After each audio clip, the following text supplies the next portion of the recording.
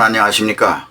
우리나라 현충일인 지난 6월 6일은 2차 세계대전에서 나치 독일을 패망시키는 결정적 계기를 만든 노르망디 상륙작전이 감행된 날입니다. 금년으로 80주년이 되는 날입니다. 프랑스 노르망디 지역에서 80주년 기념 행사가 있었죠. 기념식은 오마하 해변에서 거행되었는데요. 조 바이든 미 대통령을 비롯해서 에마누엘 마크롱 프랑스 대통령, 올라프 숄츠 독일 총리, 영국의 찰스 3세, 안제이 두다 폴란드 대통령, 튀르도 카나다 총리 등 25개 국가 정상이 참석했습니다. 당시 소련도 전승국 연합국 일원이었음에도 불구하고 러시아 대통령 푸틴은 소련의 후신으로 전승국 지도자이면서도 초청되지 못했죠. 러시아는 따로 매년 5월 9일 전승절이라고 해서 기념하고 있습니다. 러시아는 오히려 노르망디 상륙작전 기념식에서 성토의 대상이 되었습니다. 전에 있었던 기념식과 달리 러시아 우크라이나 전쟁이 2년 넘게 이어지면서 노르망디 상륙작전 80주년 기념식은 서방 세계 정상들이 총 출동하는 가운데 하나같이 러시아에 대한 전선을 결속하는 다짐 대회가 되었다는 겁니다. 그렇지만 러시아의 침공을 받고 있는 우크라이나 대통령 볼로디미르 젤렌스키 대통령이 참석했죠. 어쩌면 소련의 대표자로서 참석한 결과가 되었는지도 모르겠습니다. 왜냐하면 우크라이나도 소련 시절에 소련에 속해 있었고, 그러니까 연합국 소련의 일원으로서 당시 나치 독일에 대항해서 싸웠기 때문입니다. 반대로 노르망디 상륙작전 80주년 기념식에 참석할 자격이 없다고 볼 수 있는 나라 정상이 기념식에 참석하고 있기도 합니다. 어떤 나라겠습니까? 네, 당연히 독일이죠. 패전국 나치 독일의 후신일지라도 처절했던 연합국과 주축국 나치 독일과의 싸움이었으니 아무리 지금 독일이 시대가 달라졌다고 해도 이 기념식에 참석하는 것은 조금 서먹하지 않을까 하는 생각이 듭니다. 하지만 독일 총리 올라프 숄츠는 주요 국가 정상으로서 참석했습니다.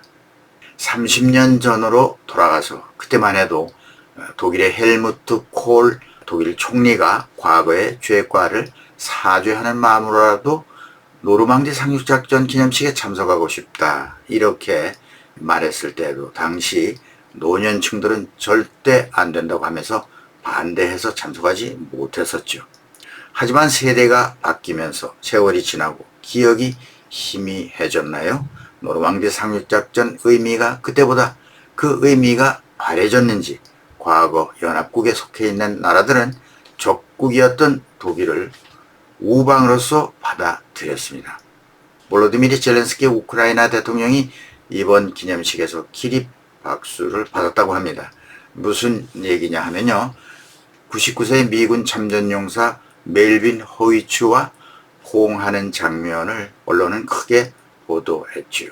이번 행사의 하이라이트라고 설명을 하고 있습니다.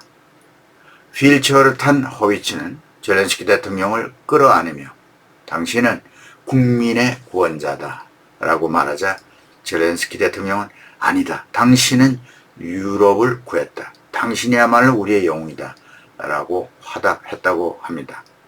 이런 내용을 뉴욕타임스는 이 두 사람의 포옹이 80년 전의 노르망디 상륙작전과 현대의 우크라이나 전쟁을 연결시켜주는 상징적인 장면이다 라고 논평을 했습니다. 80주년 기념식을 지으면서 우크라이나 지원 대책도 속속 발표되었지요. 마크롱 대통령은 이날 현지 방송 인터뷰에서 프랑스제 전투기 미라주 2005를 우크라이나에 제공하겠다 이렇게 깜짝 발표했고요. 미국은 러시아 본토 공격이 가능한 무기가 포함되어 있는 2억 2,500만 달러 약 3천억 원 규모입니다. 상당의 군사 원조 패키지를 곧 우크라이나에 제공할 것이다 라고 AP통신의 보도가 나왔습니다. 바이든 대통령은 5일간 프랑스에 체류하면서 젤렌스키 대통령과 회담할 것이라고 전했습니다. 우크라이나 전쟁에 상당히 의미를 둔 기념식이 되었습니다. 노르망디 상륙작전 80주년을 돌아보면서 이런 생각이 듭니다. 자유민주주의를 신봉하는 국가들은 새로운 노르망디 상륙작전이 필요한 때가 되었다. 이런 생각이죠.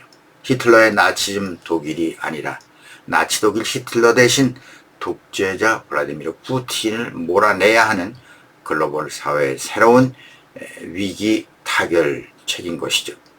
1944년 6월 6일 노르망디 상륙작전 성공부터 8월 29일 나치 독일 패망까지 서부 전선에는 약 석 달 동안 인명 피해가 엄청났습니다.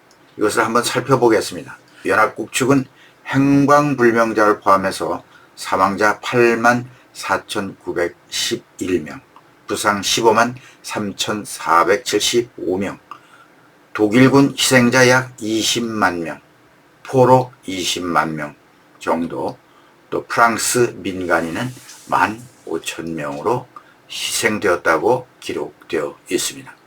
동부전선 독소전쟁은 피하 간의 희생자가 상상하기 힘들 정도였습니다. 우크라이나 전쟁은 어떻습니까? 푸틴의 우크라이나 침공 2년 동안 러시아군 병력 사상자가 50여만 명으로 집계되고 있습니다. 우크라이나의 희생도 이에 버금갈 것으로 추측할 수 있지요. 민간인의 사상자를 제외하더라도 2차 세계대전 이후 최대의 전쟁이 아닐 수 없습니다. 바이든 대통령은 80주년 기념식에서 우리는 우크라이나에서 물러나지 않을 것이다. 폭군을 물리치고 우크라이나를 방어하기 위한 시대적 시험대에 서 있다. 끝나지 않은 독재와 자유 사이의 투쟁에서 동맹국과 함께 맞서 싸워야 한다 라고 강조했습니다. 그러면서 고립주의는 답이 아니다. 지금 나토는 그 어느 때보다도 강력하고 단결이 잘 되어 있다. 미국과 나토 50개 이상 국가로 구성된 동맹국은 우크라이나를 강력히 지지하고 있다. 이렇게 강조했습니다. 또 우크라이나가 물러선다면 우크라이나 정복으로 끝나지 않고 유럽 전체가 위협받게 될 것이다. 그러면서 우리는 이런 일이 일어나도록 내버려 둘 수 없다. 2차 세계대전 이후 그 어느 때보다 민주주의가 위협에 처해 있다. 라고 하면서 자유는 공짜가 아니고 민주주의는 그냥 주어지지 않는 만큼 모든 세대가 나서서 싸워야 한다. 라고 호소했습니다. 고립주의는 답이 아니다. 라는 말을 했군요. 이것은 바이든 대통령이 유럽을 끝까지 안심시키려는 생각이기도 하고요. 트럼프 대통령이 주장하고 있는 미국 우선주의에 대한 비판적인 발언으로 해석된다고 생각이 되는군요. 네, 노르망디 상륙작전의 정신을 이어받아 우크라이나의 자유를 위해서, 유럽의 안보를 위해서 러시아 침공 세력을 꺾어야 할 겁니다.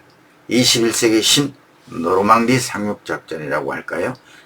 이런 또 한 번의 이해 못지않은 연합작전을 펴서 러시아가 다시 국제사회와 소통할 수 없는 비정상국가에서 정상국가로 돌아서도록 모든 힘을 모을 때가 아닌가 이렇게 생각해 봅니다. 네, 오늘은 여기까지 하겠습니다. 시청해 주신 여러분 대단히 감사합니다.